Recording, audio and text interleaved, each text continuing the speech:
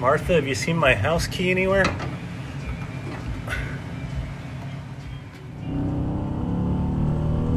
all about humanity.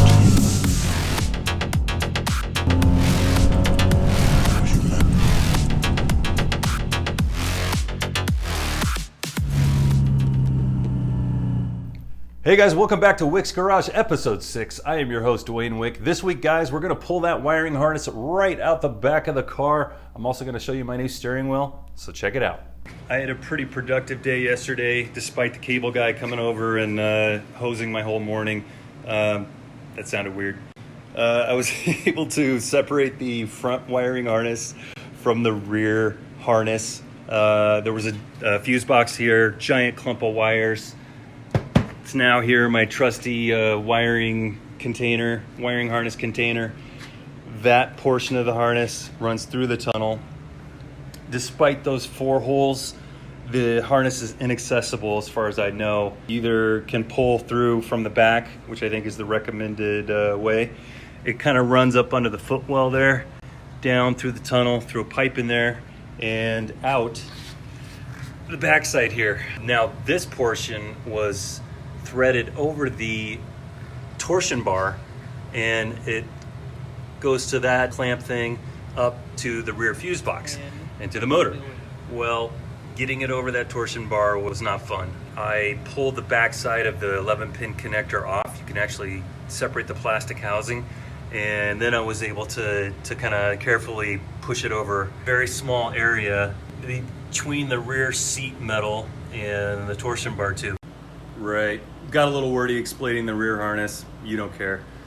Suffice to say, it's difficult the way that it's routed.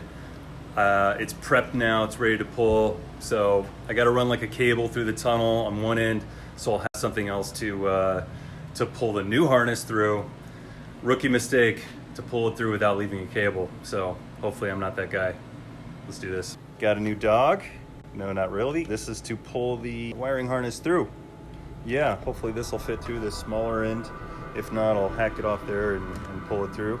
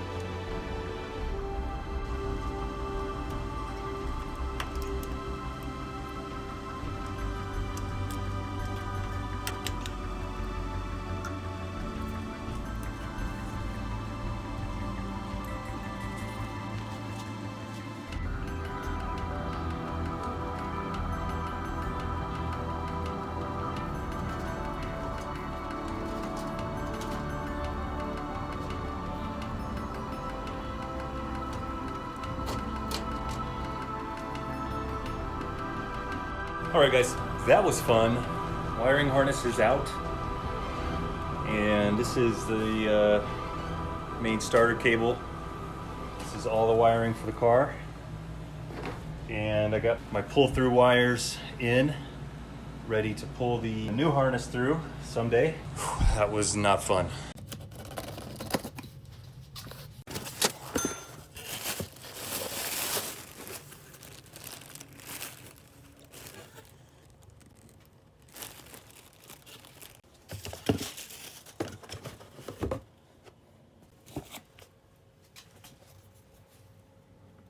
All right, guys, I want to quickly show you the new Mod 7 MOMO that I picked up for this wide body project.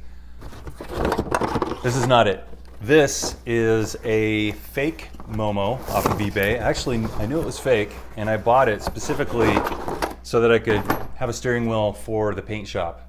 On my other car that I had painted, I had my MOMO Prototipo, and I didn't want it to get fingerprints, paint, or whatever on it.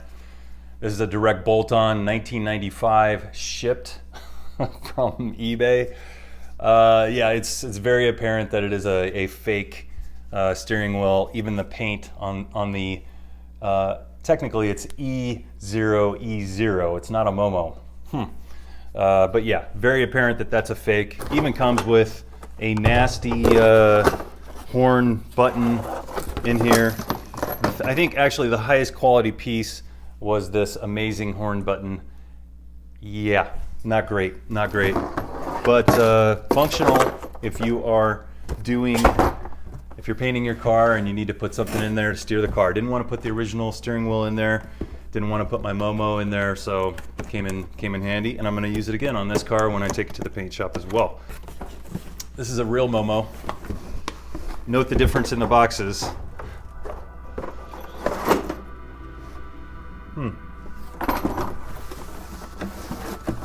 This is the Mod 7, a very popular early style MOMO race deep dish.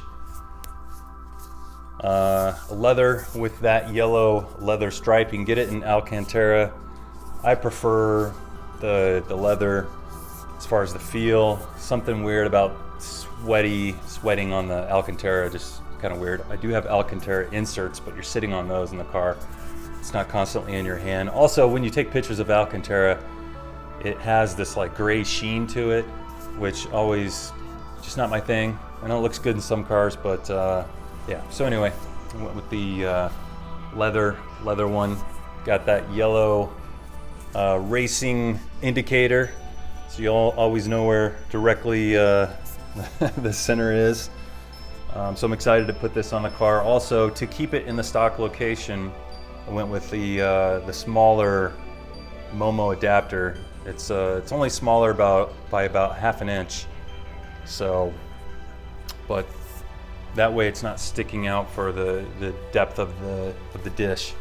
It does come with a MOMO horn button, of course, just the standard one, which is pretty cool.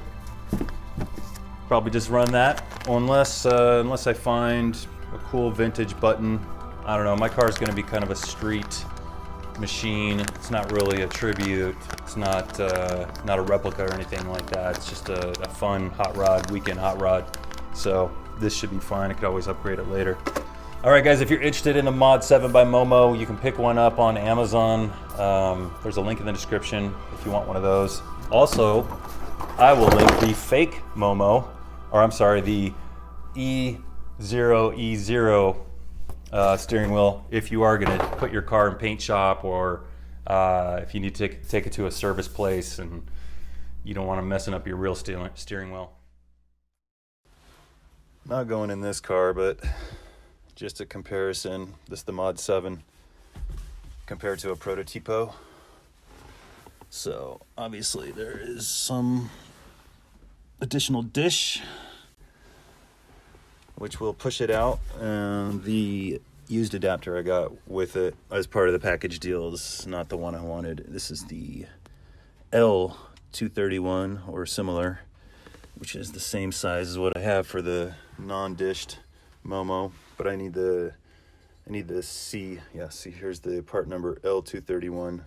I need the C231, which is shorter by not as much as the dish, but definitely accounts for a little bit of the dish. I don't really need it to be out that far. All right, guys, thanks for watching this week's episode of Wick's Garage. I want to thank AASE Sales, AASESales.com. Check them out, link in the description. Lots of cool race parts over there, as well as TI Porsche products. Check him out on Instagram. This is his open-ended black titanium lug nut. It looks like the stock aluminum one, same length, but you can run this on a longer stud if you want to. Very cool product. He has the close-ended ones as well. Also, next week, guys, I'm going to finally tell you about the Bondo story and the new direction of the car. So tune in next week. Thanks for watching, guys. See you next time.